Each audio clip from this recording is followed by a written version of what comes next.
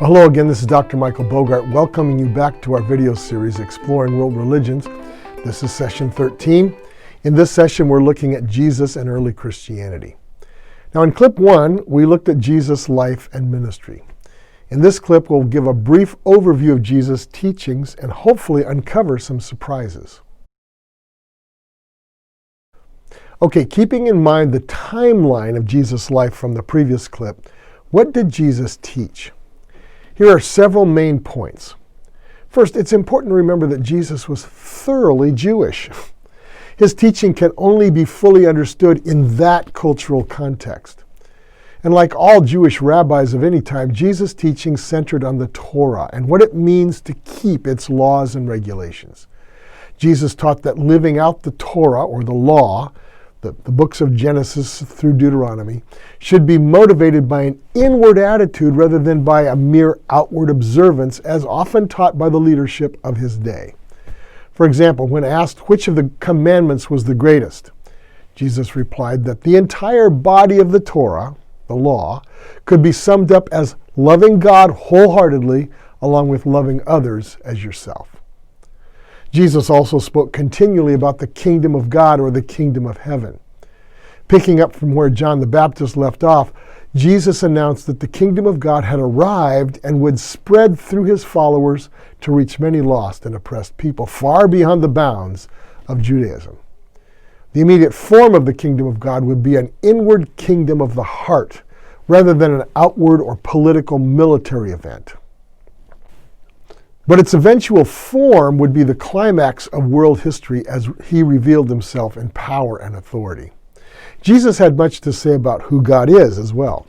Rather than a righteous judge, as so many people of that day and this day picture him, God should also be seen as a loving and wise Father. So Jesus taught that God is both absolutely holy and righteous, and at the same time infinitely loving. And that's why when his disciples asked him how they should pray, he began by teaching them to address God as our Father in heaven. Some of Jesus' teaching did antagonize the religious leaders of his day, almost on purpose.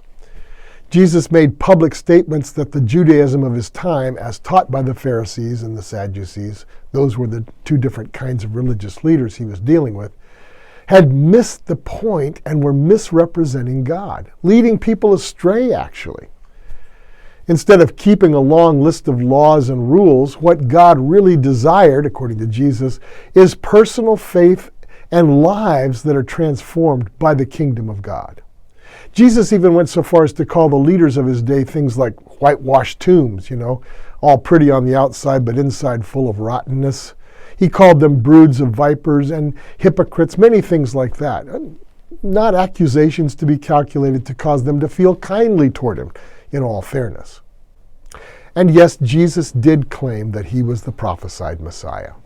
His claims were not always out in the open, but sometimes he was a bit indirect, using synonyms for Messiah like Son of David and Son of Man, and referring to what he was doing as fulfilling things that the Messiah would do when he came. Yet for all his claims to be Messiah, Jesus' life and teaching did not fit the popular expectations of what the Messiah would be like and what he would do. Many people were especially disappointed that Jesus made no effort to raise an army and drive out those hated Roman occupation troops and restore the kingdom of Israel as a sovereign power. Perhaps most puzzling was that Jesus increasingly predicted his own death at the hands of the authorities. Along with that prediction was his explanation that his death would be the supreme atonement for human sins, fulfilling and completing all of the animal sacrifices made in the past. These statements were capped off with the astounding claim that he would survive death and that his bodily resurrection would mark the beginning of a new order. So the story of Jesus ends with Jesus risen from the grave, fully alive, and his commission to his followers to bring the good news. That good news is that the Messiah had come and provided the final atonement for sin, and that the way back into full relationship with God, their loving Father, was now open. Okay, so much for clip 2 in video session 13 within the Exploring World Religions series.